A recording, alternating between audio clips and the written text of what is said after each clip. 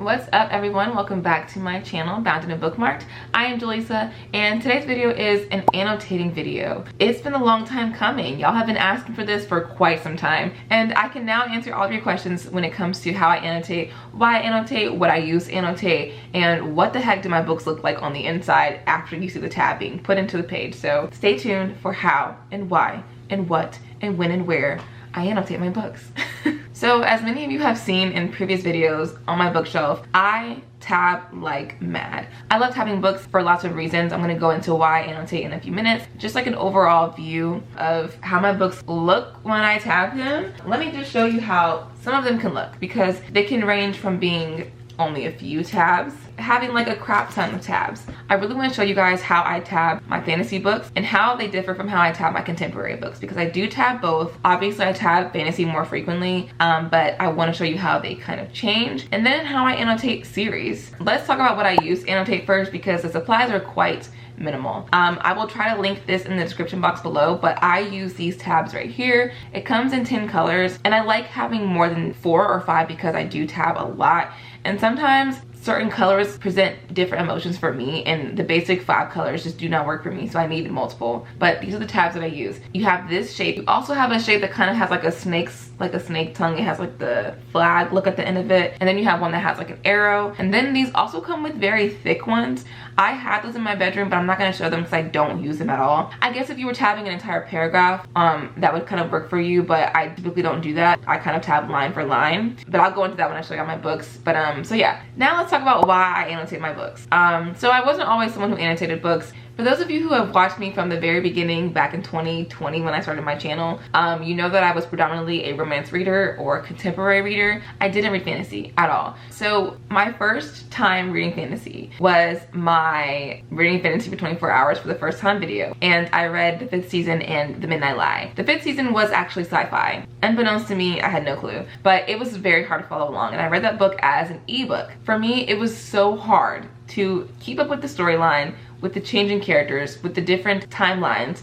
There was a lot going on in that book. I felt like I had too much information to take in at one time, and I had no way to really store it in its proper place. And as someone who was just now getting into fantasy, it was very hard to get into. So I read From Blood and Ash, and that was the first book that I annotated. And the reason why I annotated this book was because, for one, it was very long. When I bought this book, I saw how big it was and I was already kind of freaking out on the inside. I was like, how am I supposed to remember what happened from page 1 to page 10,000? It's not that long, but like at the time it felt very long. So I figured I'll just tab the book. I'll figure out a way to have these tabs guide me throughout the story so that I don't ever feel lost as I'm reading. This is the first book that I tabbed, and you'll see over time how my tabbing system changed, especially in terms of like I'm laughing because I don't tab this way anymore. As you can see, the tabs are sticking out very far in the book. But I did this because I love that sound. I don't know what it was back in the day, but that did it for me. I loved it. So in the front of the book, I have the legend. The legend will always tell me exactly what I tabbed. So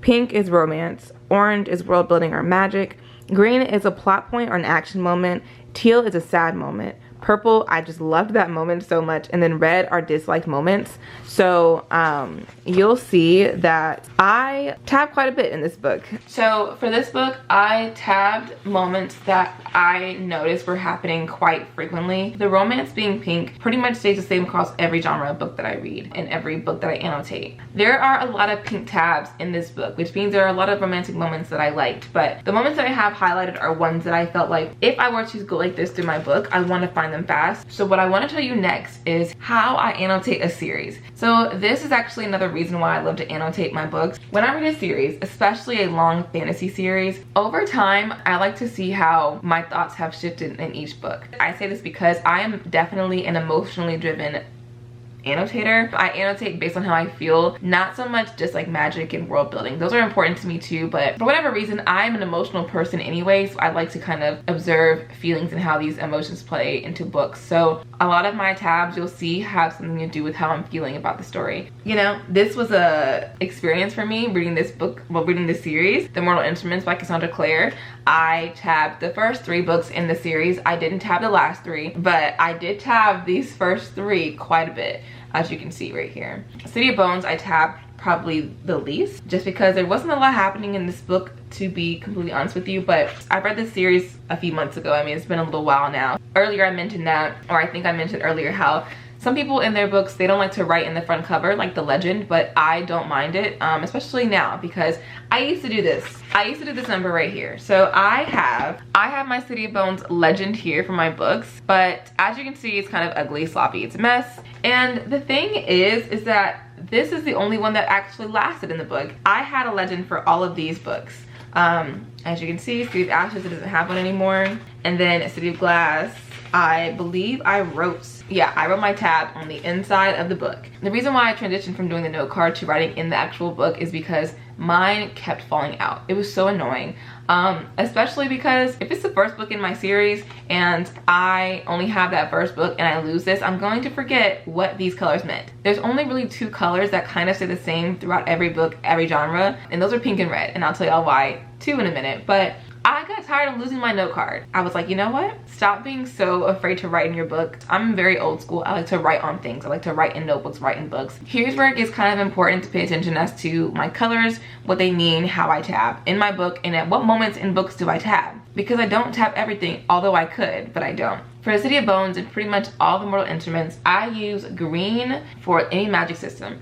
If the characters have any kind of special powers or unique abilities, that's what gets tabbed underneath magic system. So for example, for the entirety of the Shadowhunter series, they are called Shadowhunters, which means they use runes as their magic system. Runes are what they tattoo on their bodies for different abilities. For example, they have the Iratzi, which is a healing rune. They draw it on their arm or on their back or wherever, and it heals their body. I also have orange for world building. This is going to include anything that's important in terms of the world that you're reading about. So for the mortal instruments, it's kind of an urban fantasy, whereas it takes place in real cities such as New York, LA, and in these places you have institutes, which is part of the world building. You also have glamour. So glamour is used to pretty much hide the institute from mundanes, which are just regular human beings. So I would consider that to fall underneath world building, because that's how they use their world. That's how they utilize the magic for their world building. And so that's what I would tab. I don't think I tab that a lot in the mortal instruments. That tab would be great for any high fantasy books that utilize nothing but a fake world. If the fantasy book that you're reading takes place kind of in a real city but has like a sprinkle of fake places,